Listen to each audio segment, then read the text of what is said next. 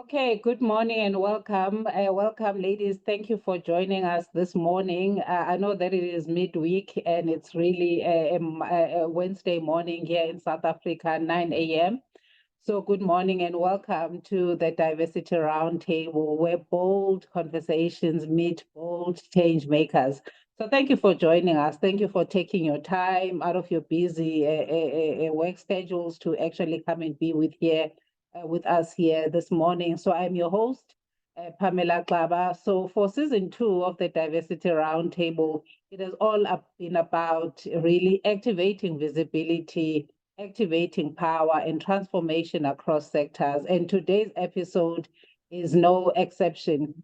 We are thrilled to bring you a conversation titled Diplomacy Beyond Borders, Africa's Role in Global Trade Relations.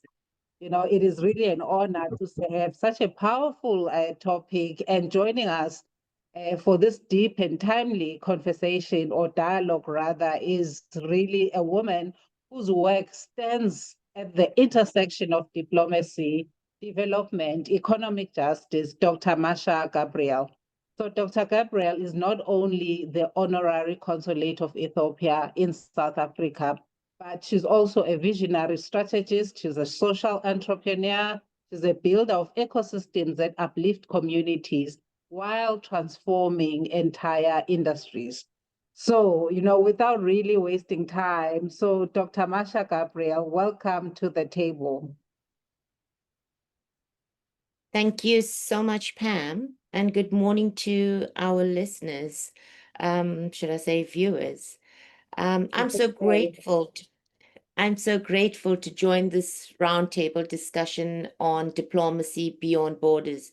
And thank you for the kind introduction and the opportunity to join and contribute to such a timely and important conversation. As someone deeply passionate about Africa's evolving position in global trade and diplomatic engagement, I am extremely grateful to contribute and also learn from thought leaders on perspectives that basically advance, that are inclusive and that are sustainable in terms of partnerships and the possibility of forging meaningful collaboration that extend beyond our borders. So thank you again. No, it is indeed an honor. It is indeed an honor, Dr. Gabriel. So I think let's really get into it. We just really have an hour for this discussion. So let's just do some opening reflections. So just for the ease of the discussion, I have also segmented this discussion into like 3 segments. So that's what we'll be delving into for the next 40 minutes. But first, some opening reflections. So your journey, really from spearheading trade access for informal traders to advancing diplomatic relations between Ethiopia and South Africa is really both profound and purpose-driven. So really, for the people in the call today, also meeting you for the first time, please walk us through how your journey into international diplomacy began. What really ignited your passion, Dr. Gabriel, for bridging trade, diplomacy, and development across the continent. So enlighten us. Thank you, Pam. My journey into international diplomacy wasn't actually planned in the traditional sense. It emerged organically from a place of deep purpose.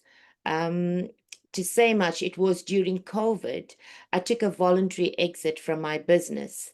And we all know that the world had changed. And I felt a call to pivot, to consult, to build, and to help others rebuild in the midst of the pandemic. So I began working with businesses after I took a voluntary exit from my business, and I worked with businesses in distress, especially those under business rescue, designing practical strategies for survival and for scale. So I went into my first consulting business, and my first consulting engagement was in the petrochemical sector. And I created an economic recovery plan to bridge the gap of women's participation in this sector.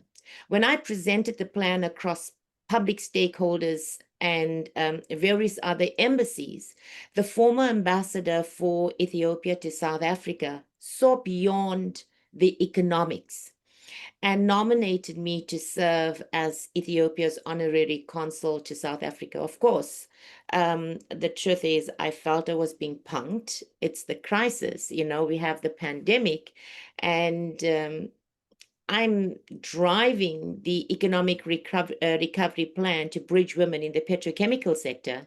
And this wonderful former ambassador for Ethiopia to South Africa says, we want you to serve Ethiopia in South Africa. And, I would say from that aspect, the rest is history. But at that moment, when I was nominated to serve Ethiopia as the honorary consul, it confirmed my belief that diplomacy, trade, development, I would say including servant leadership, must work hand in hand to unlock Africa's potential. Therefore, joining this roundtable, I strongly believe is a continuation of that mission. So thank you again. I was often told for years I've designed projects very deep inside the transformational aspect. And often I was told that my projects and my conferences are more noble and less commercially viable. I beg to differ. Genuine partnerships I believe, is rooted in shared purpose and servant leadership. These both have the power to counteract corruption and earn sustainable return on investment. So we must redefine how we measure ROI. A budget should never be the starting point of a program or an event. I'm a firm believer of that. I mean, I've opened multiple businesses, and it's not that I had the financial leverage to do so. So I've never allowed my current situation. I've never allowed a budget to determine my starting point. And therefore I say never allow a budget. A budget should never be a starting point or of a program or an event. It's about creating measurable impact. Brand reputation is also critical, a critical component of ROI.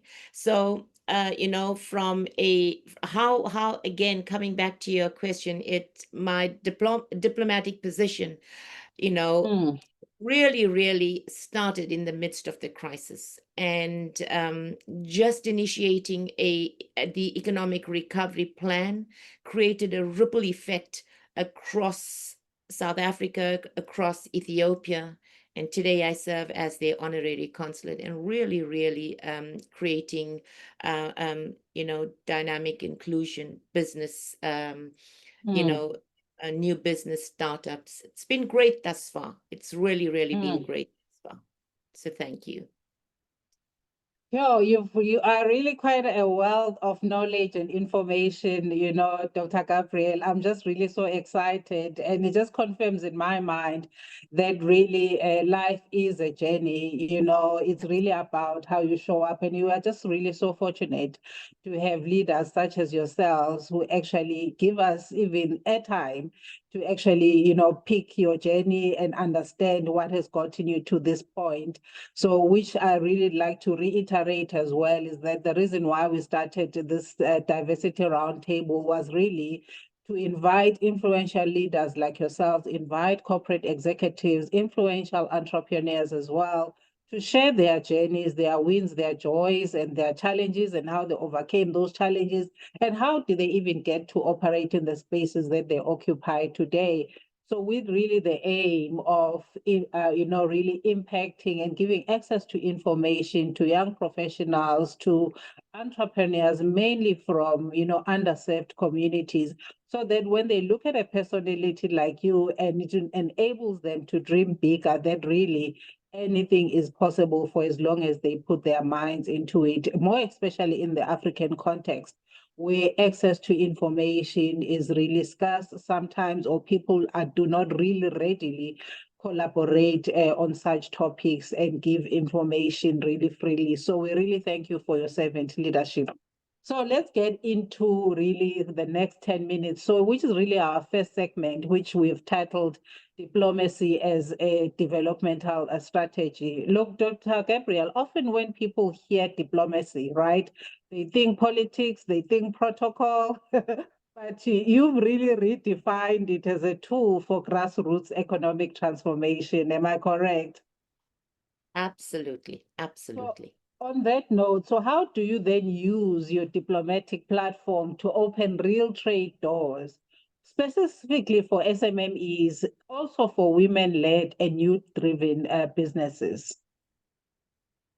Thank you, Pam. So, as the Honorary Consul for Ethiopia in South Africa, I don't know if you could tell, I'm quite excited. And I just want to unpack this in a way that really, really, bridges the gap for real partnership. Mm-hmm. I'm so eager. So, I love these type of meetings, but I would say that this morning was extra special, and I'm really, really, it's as if I am honestly just to before I answer that question, it's as if I feel this morning. You really want me to tell you how I feel this morning? It's as if Yes. I'm literally chewing on a lamb shank. I promise you. It's this meeting and this interview, I'm a firm believer can offer our SMMEs and our businesses and our startup and so many men, women, even our youth sector, such great opportunities. And I'm hoping that as I answer your questions along this conversation, viewers will be able to glean from it and use it for their benefit. So coming back to your question, as the honorary consul for Ethiopia to South Africa and an international business development consultant, I've chosen to merge diplomacy with practical trade facilitation. My mission is simple but bold. Real trade, Mm, to open real trade doors for investors, to open real doors for SMMEs, and those led, especially by women and youth, from advancing mm, bilateral relations to building deal flows between South Africa and Ethiopia. But also while I would use these two countries, and that's because of my diplomatic base and representation, please take those names mm, out if you are a listener and adapt that to your business and adapt that to your country, right? So, to build mm, real deal flows between South Africa and Ethiopia, I've seen how I call it economic diplomacy, that can really mm, create market access, investment readiness, and cross-border collaboration in sectors that have often been overlooked, like the mm, petrochemical sectors, agri processing, and of course the informal economy, which I really, really want to touch on a bit later in the conversation about the mm, informal economy. But mm, coming back to your question, one of our flagship initiatives under the Ethiopia and South Africa Trade Corridor is launching a network of coffee shops across the country. Now, this isn't just about selling coffee. It's about building mm, an entire entrepreneurial ecosystem. This mm, putting this program together was extremely easy, but it stemmed from a conversation when I was asked by one of the departments in government, Marsha, we have graduates that are mm, unemployed. Can you assist us in placing them in the corporate environments? you know mm, and I thought to myself, my goodness, have you not read the news? Have you not saw where we are as a country? Companies are downsizing, and how are they going to take these graduates? And because of that, genuinely South Africa, if something's not put together, to create opportunities for our graduates, South Africa will continue to begin to experience a brain drain. And so I put together a program where we could raise entrepreneurs that can in turn become employable. They begin to employ other people and increase the employment criteria. So again, I say it's not just about building, it's not just about selling coffee, but it's about building an entire entrepreneurial ecosystem. So through these bilateral, or through the South African and Ethiopia bilateral relations, we intend, or we importing premium coffee beans directly from Ethiopia. Well, please know that, sometimes I have to say this, I promise you I have to say this, is that when I normally would introduce myself, or if I'm introduced as the honorary consul, people normally feel very sorry for me. And I have no understanding why they would feel sorry for How me. so, You know, though? simply because the image about Ethiopia is still that of a child with a big tummy and leaking nose. For God's sake, that's not Ethiopia. I mean, Ethiopia is the fastest growing country on the continent and the fifth largest economy on the continent. We have one of the multi-award winning airlines. We've just taken a most recent award. Coffee was first discovered in Ethiopia and makes us the top 10 distributor of coffee on the globe. I mean, Ethiopia has never been colonized. It's a breathing ground, for economic recovery and economic expansion. So please do not feel sorry for me. Please do not. I mean, we are one to reckon with. Yes, I am a South African and I represent Ethiopia in my country, but Ethiopia is one to reckon with. And so, coming back to the coffee, the business, I say, in order to create employment, let's raise entrepreneurs. And I put a program together, and through the bilateral relations between Ethiopia and South Africa, we decided to we decided to import, premium coffee beans. So from roasting to packaging and to branding, the entire value chain is being localized. That's a fact. And the localization enables us to create real economic opportunities. So each shop then becomes more than a business. It becomes a hub that creates jobs, that trains entrepreneurs, and that strengthens cultural and trade ties between both the countries. This is actually diplomacy in action. I'm a firm believer that development through deal flow and not dependency is real diplomacy in action. So let's come back to the table. What do we need? Really, what do we need?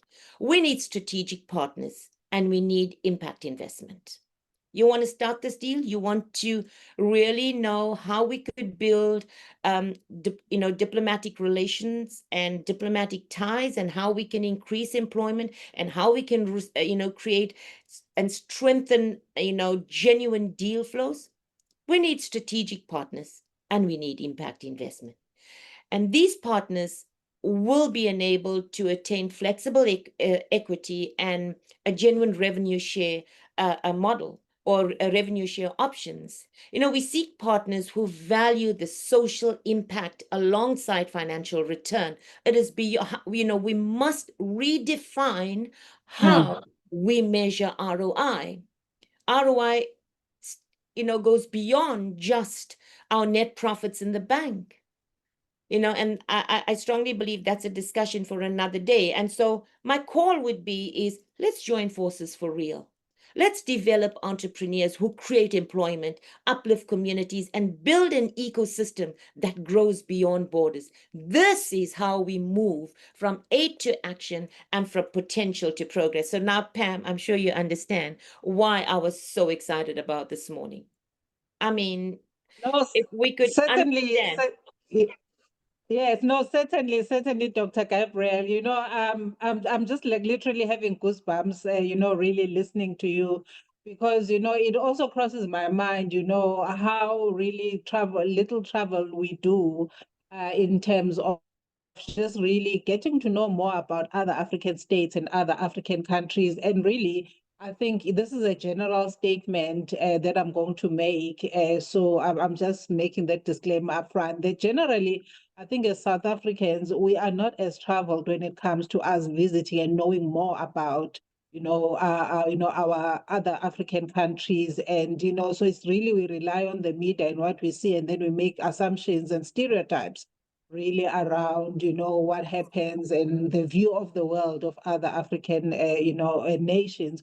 So I'm just really glad, that we have you today in this discussion who will really enlighten us about really the strengths that Ethiopia bring to the African continent, and how do we then, going forward, foster cross-border collaboration, also as far as skills are concerned, and also getting our young people to just really learn more about the African continent, and then maybe even visit the continent at some point to just really, understand and break the stereotypes and break the assumptions that we have or that we tend to have about, other African nations. So thank you so much for sharing this information with us, Dr. Gabriel. So let's enter into segment 2, right? So segment 2, then we've titled Pan-African Partnerships in Action, right? So you are really a strong voice for intra-African trade. So in your view, what's holding us back really from fully realizing the promise of the free trade agreement? And what models are working in Ethiopia, or rather in your Ethiopia-South Africa engagement, that other countries can learn from?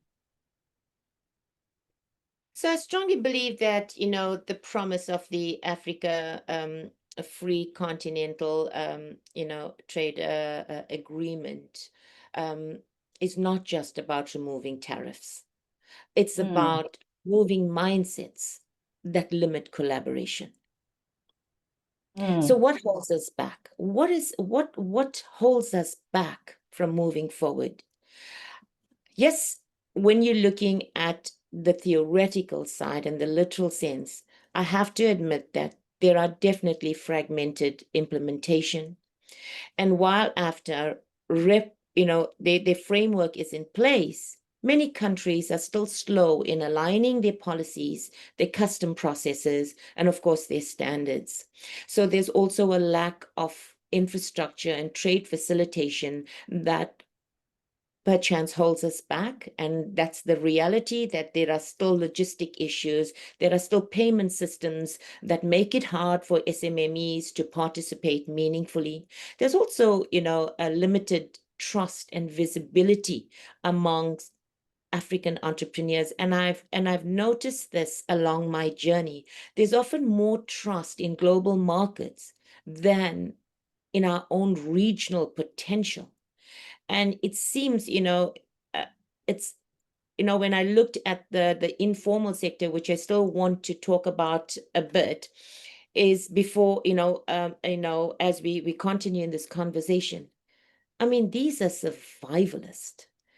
mm, These opportunities were born out of a place of survival. It was not handed to them. It was do or die. mm, And so mm, the other aspect, that holds us back with the free trade agreement is also access to finance, and how African entrepreneurs have ideas, but they lack the flexible, risk-tolerant capital to scale across borders. And therefore, my call earlier was, we need impact investment. We need investment leaders with heart, with soul, that stems beyond your ROI. So what works for Ethiopia and the South African engagement is basically in Ethiopia, the Ethiopian and South African model, we focus on practical business-led diplomacy, like your coffee shop engagement. If coffee was first discovered in Ethiopia, then let's go back to where it has been mm, discovered. Now, if we're looking at South Africa, unfortunately, our market shares are being hijacked by international businesses. But yet, coffee belongs to us. It's our legacy. It's our heritage.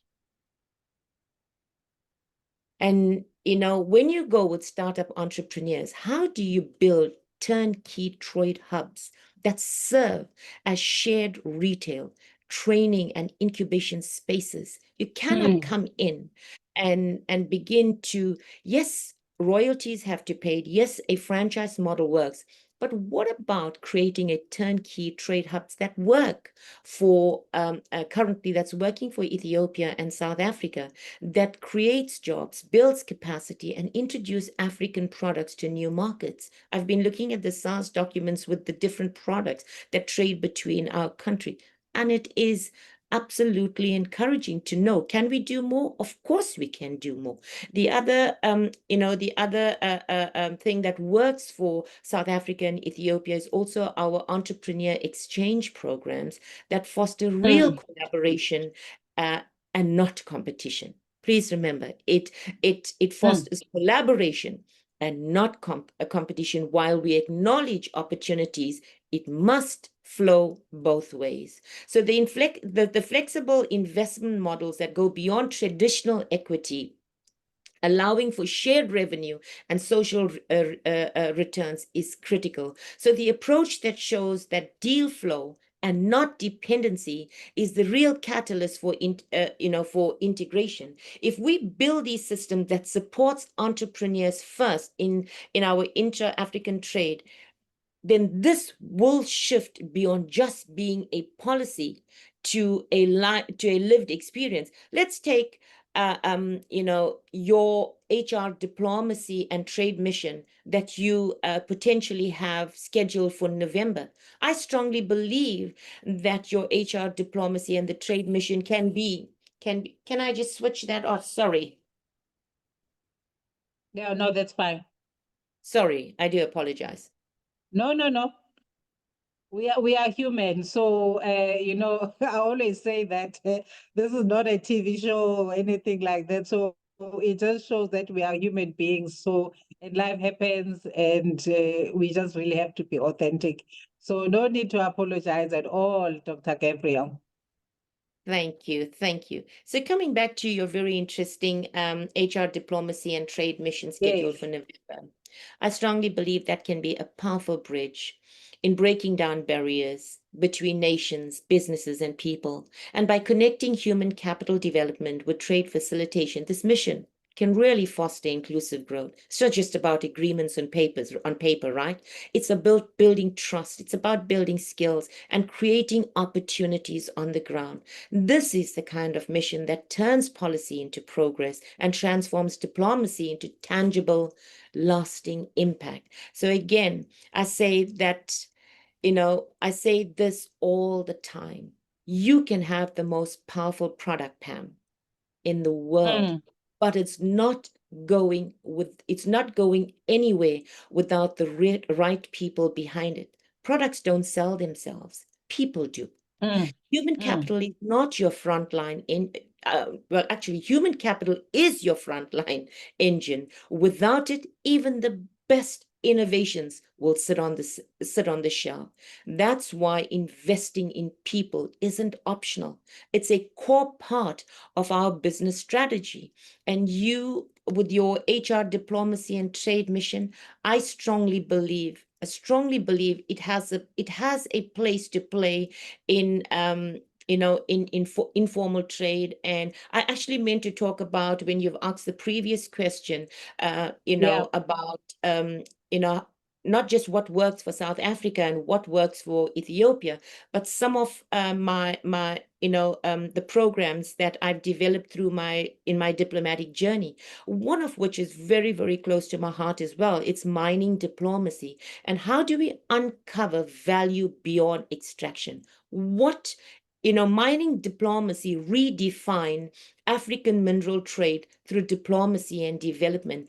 To sum this up, we're not just exporting commodities, we're importing dignity. We're importing enterprise, and we're importing innovation into Africa's trade story. So coming back to South Africa, and that's it. South Africa's mining sector contributes about 6.1% to our GDP. I stand to be corrected. Mm, And it generates mm, over 450 billion annually supporting nearly 500,000 jobs.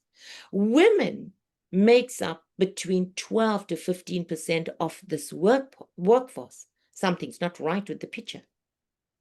Mm. This is a sailor moment.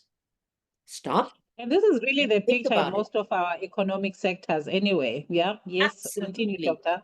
Yeah. Absolutely. Thank you. So the other aspect, let me touch on the informal trade. If we, which is something that I'm so deeply passionate about, and especially through the lens of the informal sector.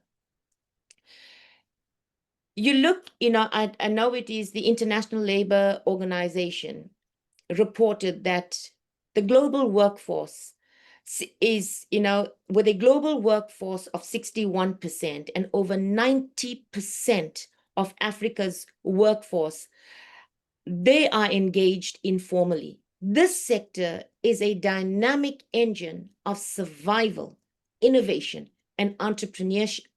However, this expansion in the informal sector is primarily attributed to high levels of unemployment in the formal sector. And, apart from, the gap in the formal sector, I would also attribute this to the economic instability of, of the global economy. So if you take this, and as a result of the gaps, informal traders have established a supportive ecosystem that serves as both a safety net and a test bed for new products and business startups. It's so important to nurture this sector to genuinely achieve socioeconomic breakthrough. So, I've covered three main points that investors, leaders, thought leaders, can really think about. And that's investing in an ecosystem of coffee across the country, mining diplomacy, and our informal traders. That for me is critical. So, probably you can probably merge that with people development. People development, capital development is what makes our economy. So I think I spoke a lot. I spoke a lot on that. I did say earlier that you are a wealth of information, Dr. Gabriel. So we are just really, really so privileged. And thank you also for planting the seed for HR diplomacy and trade mission. So, and it's something that really I'm so excited about, and I'm just really feeling honored and privileged, to that our paths crossed. Actually, let me give credit to Mary who connected the two of us, that there's just so much that we can achieve as far as human development and skills are concerned in the African continent. So I'm just really looking forward to this journey and how we can contribute to the human capital agenda. So thank you so much on that. So now let's enter the third segment and the last segment, which we have termed Trade Meets Culture, building trust across borders. Right. So, Dr. Gabriel, really one of the least spoken about elements in business and diplomacy is cultural intelligence. I alluded to it earlier to say sometimes as South Africans, we don't really travel and get to see, maybe it might be a lack of resources or lack of access to information or assumptions, but it's neither here nor there. Really, but we really need to talk about, cultural intelligence in the African context, and how do then cultural exchange programs and people-to-people diplomacy enhance trade outcomes. I know that you just touched on HR diplomacy and trade mission, but then maybe let us expand on that in the context of cultural intelligence. Wow. That's a great question, Pam. Let me see how I could apply my mind to this. Well, let's take our interconnected, our global economy is so interconnected, and cultural intelligence is not a luxury. It's definitely a necessity. One of the most underutilized but powerful tools in boosting our trade trade outcomes is definitely cultural intelligence. Trade doesn't happen between governments or logos. It happens between people, right? Cultural exchange programs allows individuals to build authentic relationships that go beyond formal negotiations. So when there's cultural familiarity and mutual respect, business flows more smoothly and deals are more sustainable. For example, when entrepreneurs from different countries visit each other's communities, participate in joint training or co-create projects, they develop, they definitely will develop a sense of partnership that is rooted in trust, not just profit. Breaking down misconceptions and stereotypes, you always mention this. I've heard this quite a few times, even in this discussion. We look at many trade barriers. We must understand they're not structural, they're psychological.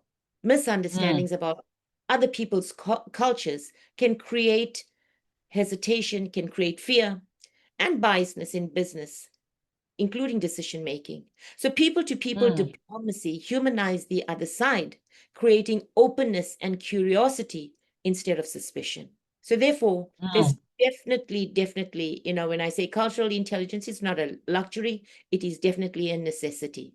How do we create, local market champions? Through exchange programs, through, businesses can develop local ambassadors and partners will understand both their own culture and that of their trade partners. And when these individuals become key to localizing products, navigating regulations and managing relationships, trade then reduces entry barriers and speeds up market penetration.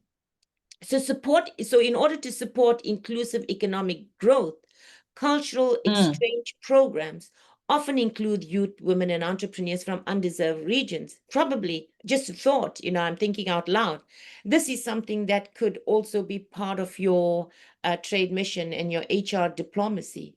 Let's talk about who talks about this, really.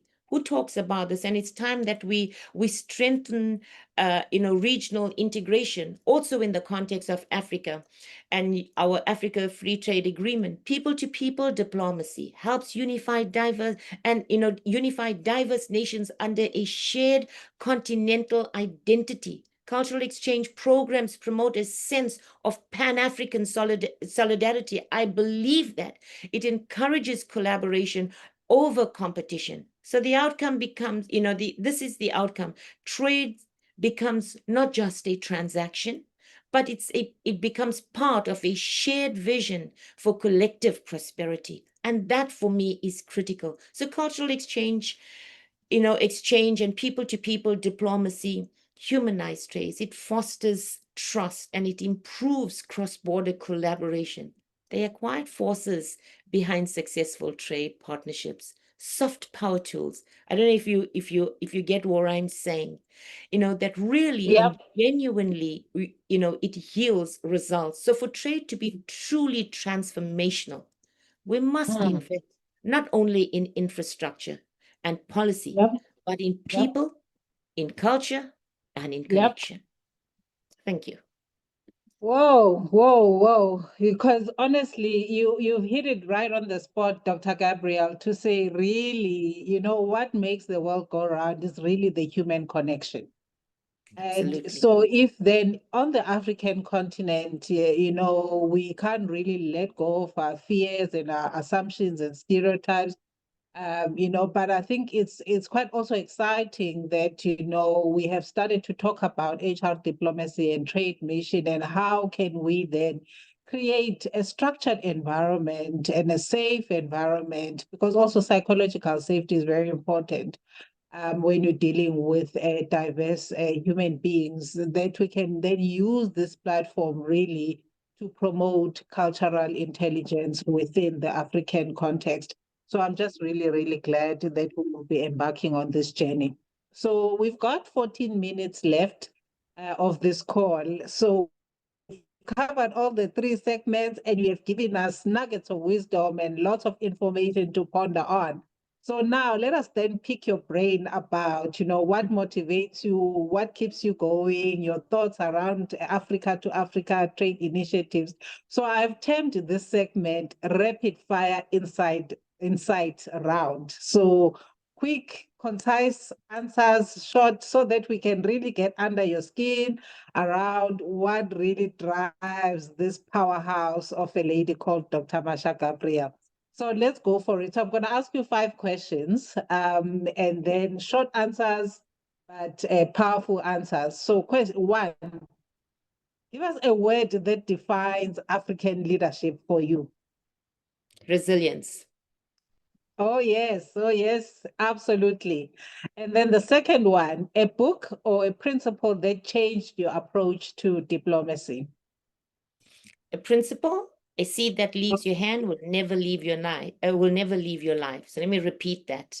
A seed Yeah. that leaves your hand will never leave your life. So just be nice. Yes, kindness matters. So the third one, right? Your dream Africa to Africa trade initiative.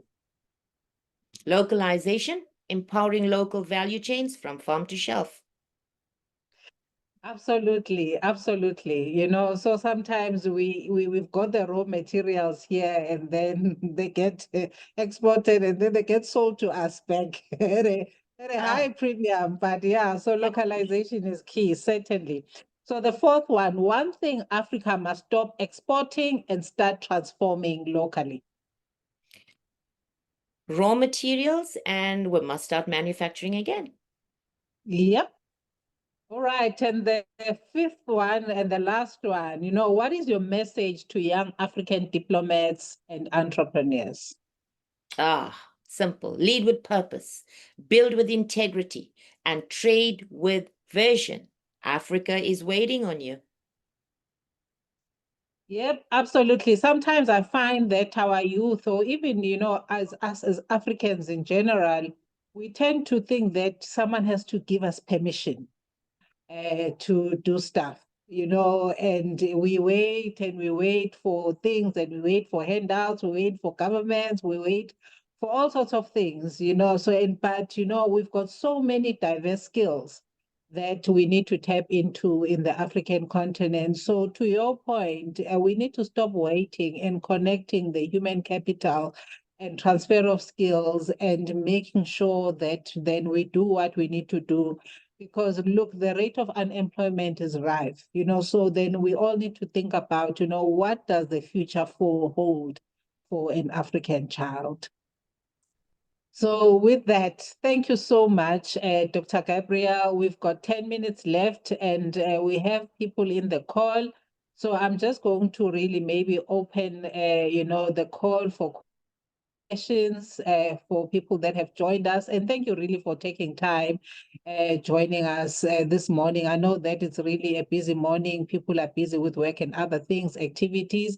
So however, the session is recorded. So we will be placing it on our social media platforms, our YouTube channel as well, so that we can promote it for the wider audience. And for those that couldn't attend, that they can also listen to it, you know, afterwards. So if you've got any questions, comments, input, you know, praise, anything is welcome, really. So any questions from the people that have joined us in the call?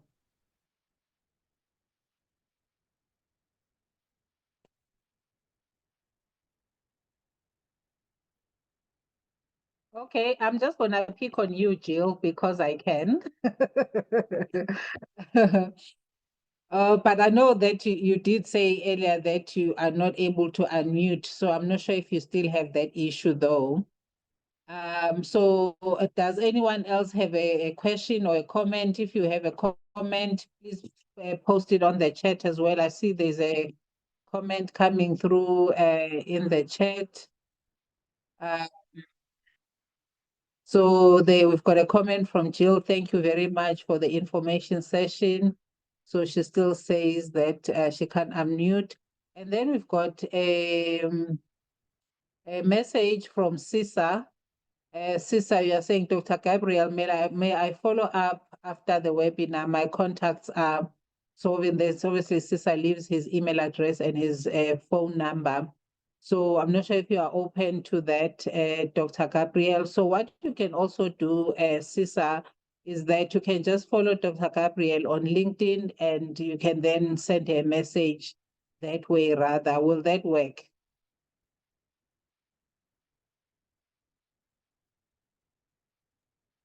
Sure, Pam, that could work. Okay, so Sisa has responded that he will do so. So no, thank you so much. So seeing that there are no questions or comments, we'll then really like to get into the closing of this call and really a call to action. Oh, there's a hand from Mary. Oh, you clapping, Mary? So I thought you had a Yes. comment. No, I'm clapping. Want to say something? No, it's so informative and so beautiful. And I really like the point about, traveling to other places or maybe taking some time to learn about other cultures. And once you start doing that, the beauty of the world is just so massive. There's just a lot out there. And when you learn about other people and their culture, it's very easy to collaborate because you understand how they operate and their way of thinking and their way of life. So that's the beauty of Africa and the world. So that was a beautiful session. Thank you so much. Yes, thank you so much, Mary, for those profound words. Indeed, it is very, very true. It's easier to do work with people once you understand their way of life and their way of being and how their thought process. So I'm just really glad that we had this call, and I'm also glad, Dr. Gabriel, that you really offers us an hour of your time, top of the morning, amongst all the other things that you have to do in your role today. So we really, really appreciate it. And it's not something that we take for granted and we take lightly.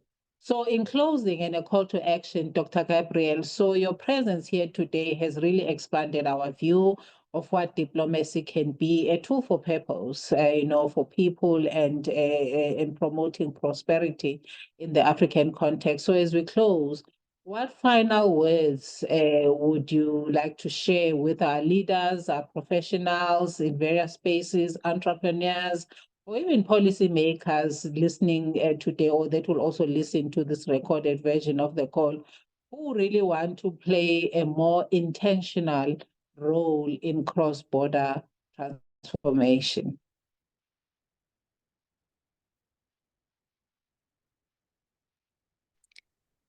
Thank you, Pam. So as we wrap up this conversation, my call would be to the International Labour Organization, the ILO, even the African Union, in the aspect of formalizing informal trade. We do know that in 2017, the R24 was implemented in South Africa to formalize informal trade, but it failed due to certain gaps in implementation and administrative, barriers. And I would love to be part of that action to call to formalize our informal trade. I'll tell you, to close the session, if we go back to Limpopo, there, we have a baobab tree right in Limpopo. I'm very, very passionate about it. And I'm reminded of this baobab tree. I've said a lot through the conversation. You've said a lot. And I know our listeners and those that would listen in the future will glean from it. I have no doubt. But to wrap this up, I want to leave you with a thought. Because I'm just reminded about the baobab tree. It's a symbol of strength, a symbol of adaptability. And it's also very deep-rooted in purpose. They say that the roots of a baobab tree can extend up to, I stand to be corrected, but it can go deep over I think it's about 30 meters. I stand to be corrected. And its height is about 30 meters. I'm talking specifically about the one in Limpopo, but let's apply this principle, right? It's trunk of a baobab tree. The beauty of it, it stores water up to 120,000 liters. And its roots digs deep into the soil, and its branches grow about 40 meters wide. And the principle I want to bring is that the baobab tree reminds us of longevity. It reminds us of being deep rooted in South Africans' in our country's soil. Let's take South Africa. So while we have businesses that are deep rooted on South African soil, we can extend our branches into international markets. But don't forget that the trunk stores up to 120,000 liters of water. Keep yourself pure. Keep yourself adaptable. Keep yourself, deal and do trade with integrity and purity. And that talks about the water in the trunk, so that it enables us to remain, to create longevity in that which we build. So while we stay grounded, while adapting to change, I appreciate the opportunity to connect with you, to connect with the listeners. And I hope this marks the beginning of something that's equally rooted in purpose and in growth. So thank you again. Oh, really? What a powerful analogy. Thank you so much, Dr. Gabriel. Thank you. We really appreciate you and your time. And to everyone who joined us today, remember, every conversation is a seed. So let this be, let this one really be a catalyst for connection across borders, a connection across cultures and generations. So as I mentioned, that this will go onto our social media platforms. It will go onto our YouTube channel. So we'll post obviously the link on our LinkedIn profile. So please do follow us, subscribe, and let's keep building tables that make room for all. Until next time, stay visible, stay powerful, and stay rooted in purpose. Thank you very much. Thank you for coming through. Until we talk again. Thank you. Thank you. Okay, let me just stop recording.